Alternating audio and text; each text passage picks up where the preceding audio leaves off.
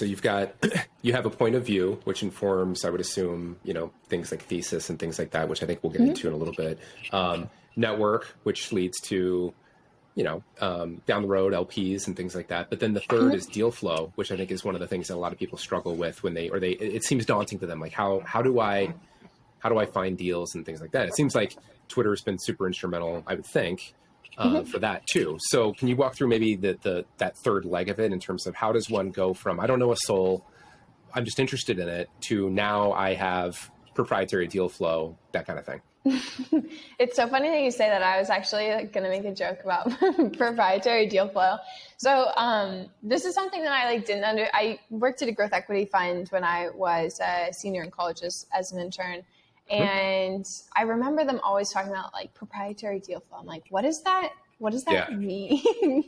And it's a shorthand way for basically like people send you deals or like people reach out to you cold. Like that's proprietary deal flow. It can also be like outbound, but it's basically like your special sauce.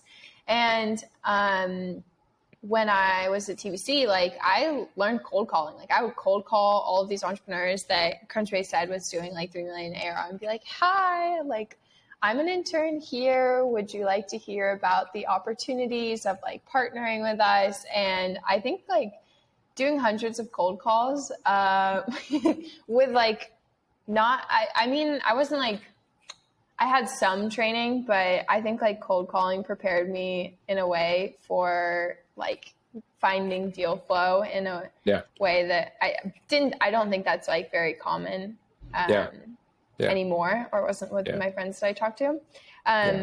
But now I would say it's like, as we've continued to build a community across investors and founders, operators that we work with, a lot of it is coming from folks who are familiar with what we focus on at BGV, which is like first the stage. So we do pre-seed and seed only. We're first checks. We do some follow on through SPVs later on, but primarily like first check investors, and we build conviction by ourselves, don't need a lead or anything like that. But we like introducing folks to lead investors.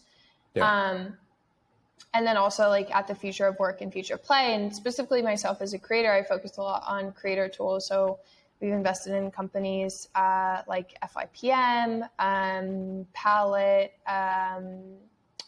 Impulse, which is Impulse is really sick. That's like Marlon at Impulse has built a really cool, I kind of call it the anti-aging cream for brands. Allows brands to get a feel for like what Gen Zers think about them and like what they'd like to see. So that's been really cool working with them. But a lot of the deal flows come from, honestly, folks reaching out from Twitter cold emails, but increasingly like through the community of folks that like see a ton of stuff and they're like, oh, cool, saw a creator ecosystem deal or saw an API first platform. And so that's kind of been our source of proprietary deal flow.